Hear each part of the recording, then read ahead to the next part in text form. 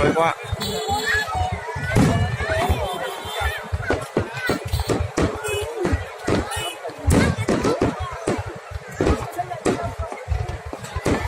Wow, nhưng mà nó quá nhá.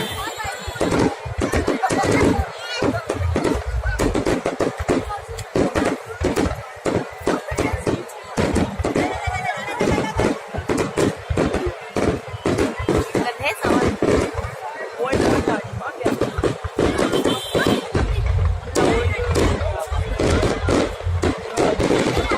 Ui đây đẹp này.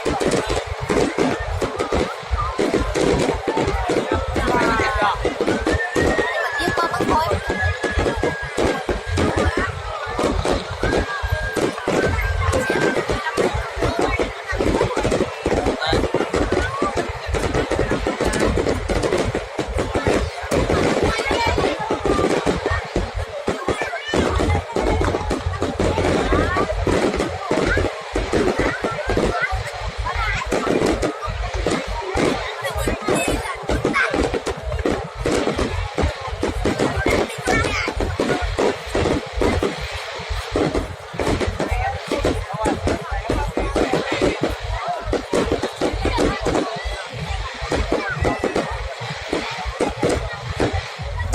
Biết sao không? Cái gió ngược chiều lại đây này nên là không thể nhìn thấy được. Đi khói ngay để đây đúng không?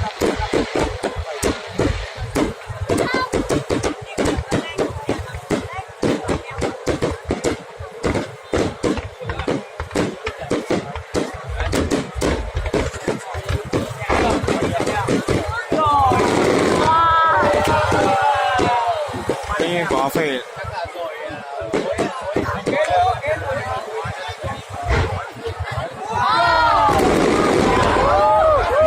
trời ơi đẹp chưa?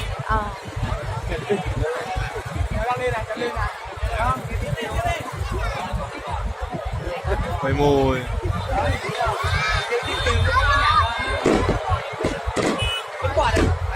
có năm hơn lên giao thừa.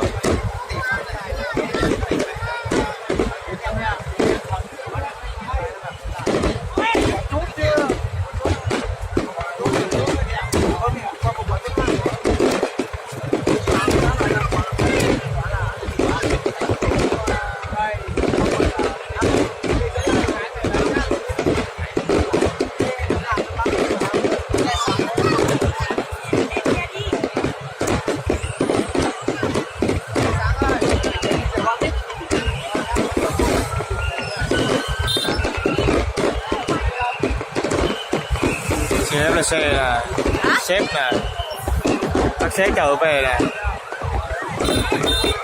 Lúc nào Về quê về chỗ của LC trực tiếp của LC.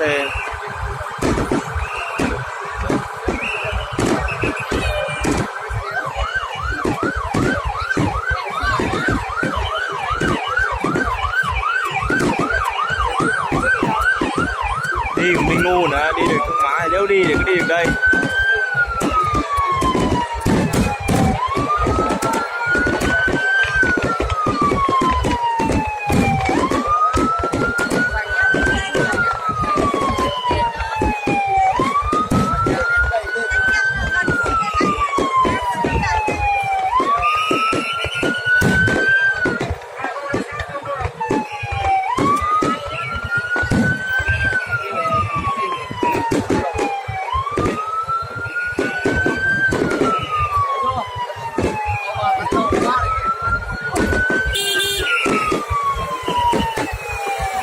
Ngừng lại một lúc là bớt khối để bắn nhầm mới quá.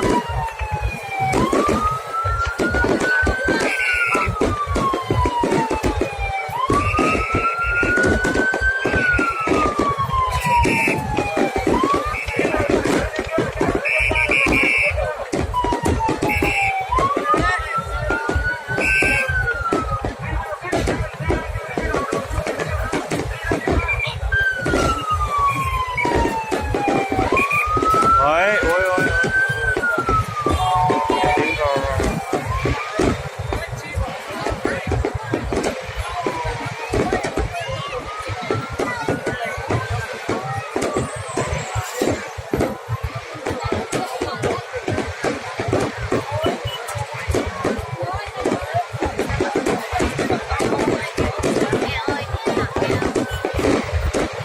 ngày càng bắn gần lên đây mà.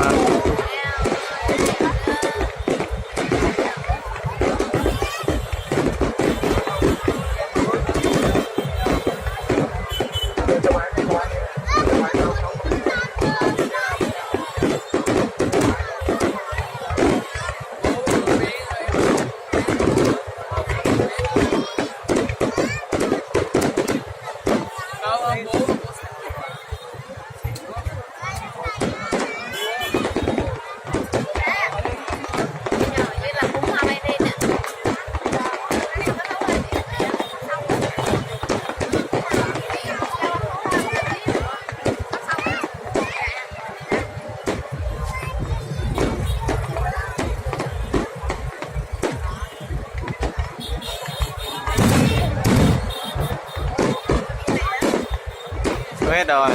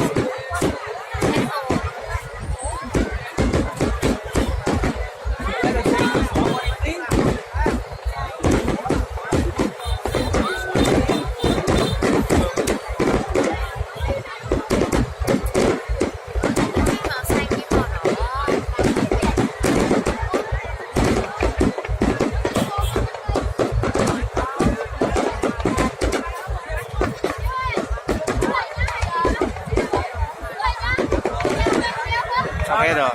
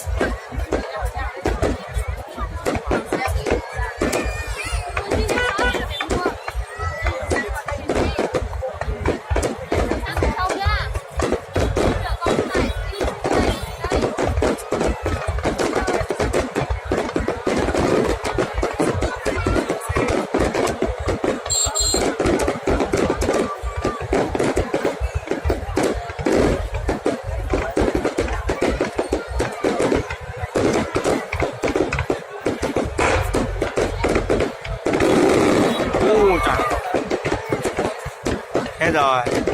Quả này đẹp này nhưng mà quá khói rồi. Anh nhờ. Hết. Đẹp nhở? Ôi trời ơi. Rơi như sao.